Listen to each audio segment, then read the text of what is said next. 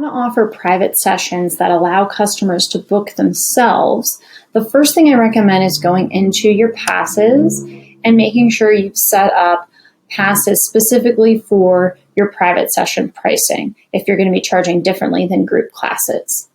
Then under Manage Classes, what you can do is set up a private training class. So we recommend setting up a new class or a specific class and making sure that you adjust your settings so that you limit the class to one student.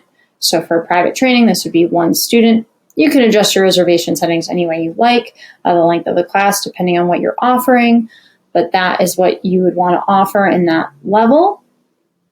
And then you just want to adjust your schedule. So under Manage the Schedule, you can set up the dates and times where you're available. So if you're available Mondays at 3 p.m.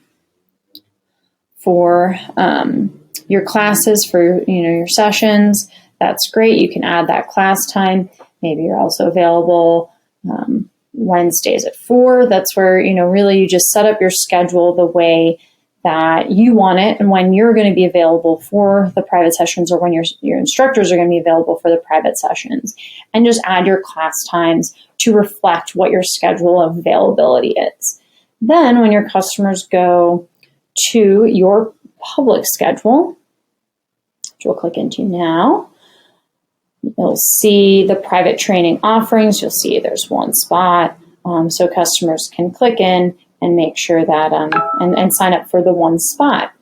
One thing that you're just going to want to make sure is when you do set up your class is to make sure that your pass settings are correct. So make sure you adjust your eligible passes so that only your private session pricing is available, again, if you're doing different pricing for privates.